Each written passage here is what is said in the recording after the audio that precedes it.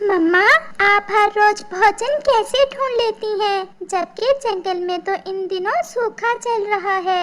एक मम्मा को अपने बच्चों का पेट तो भरना ही होता है, चाहे हालात कैसे भी हों, कैसा भी मौसम हो।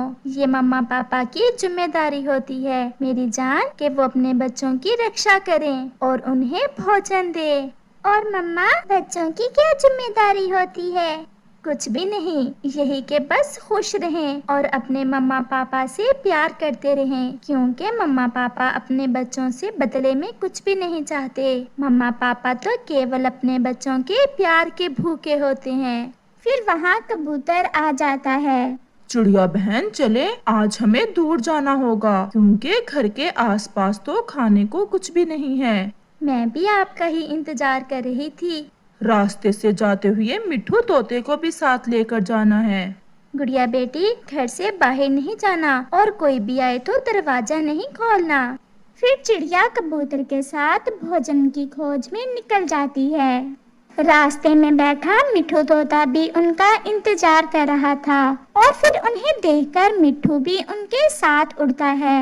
वो जंगल के बाहरी हिस्से में पहुंच जाते हैं। सामने एक मकई का खेत था, जिसे देखकर उन सबके मुंह में पानी आ रहा था।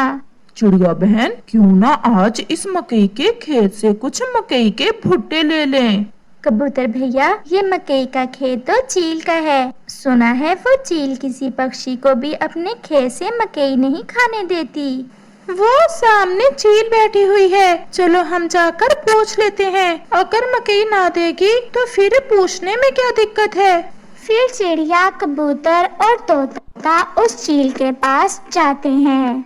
चील दी, आप कितनी सुंदर है और शक्तिशाली।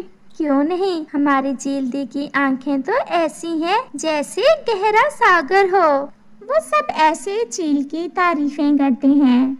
चील दीदी, आपके मम्मा पापा भी आप जैसे ही दयालु होंगे। सुना है आप किसी भी पक्षी को मकई लेने से नहीं रोकती। उन सब की बातें सुनकर चील भी थोड़ा फूल जाती है। क्या मैं सच में इतनी सुंदर हूँ? तो और क्या चील दी, आपकी माँ जी मेरी मम्मा की सहेली थी। मेरी मम्मा बताया करती थी कि आपकी मम्मा भी आप जैसे ही सुंदर थी।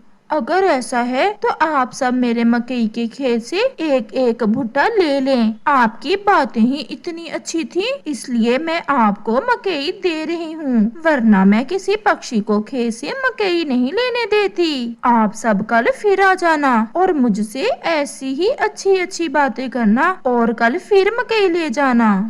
फिर चिड़िया, कबूतर और तोता एक एक मकई का भुट्टा लेते हैं और वापिस होते हैं। कौवा भी भूख का मारा एक पेड़ पर बैठा हुआ था। जैसे ही कौवे की नजर चिड़िया, कबूतर और तोते पर जाती है, वो तुरंत उनके पास जाता है। चिड़िया, जंगल में तो खाने को कुछ नहीं है और आप सबको ये ताजे ताजे मकई के भुट्टे कहाँ से मिल गए?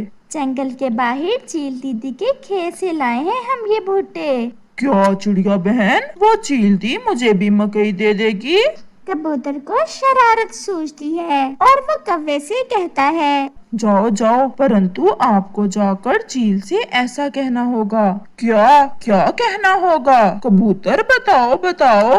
कौवे, तुम जाकर उस चील से कहना कि तुम बहुत गंदी हो, तुम्हारी आंखें भी बहुत गंदी हैं और तुम्हारे मम्मा पापा भी बहुत गंदे हैं। ऐसा कहने पर चील दी तुम्हें एक मकई का भुट्टा दे देगी। क्या कबूतर, ऐसा कहने पर तो चील को गुस्सा आ जाएगा।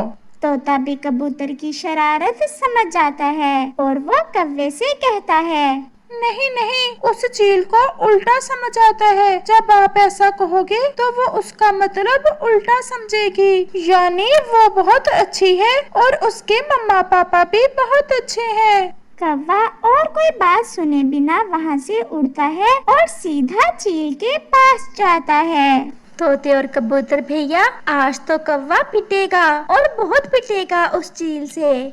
इसकी पत्नी और ये भी मुझे हर समय गंदी आंखों वाला कहते हैं। मुझे तो कौवे को पिटता देख बहुत मजा आने वाला है। चील दी, क्या सोई हैं आप? हाँ, मेरी आंख लग गई थी। चील दी, एक बात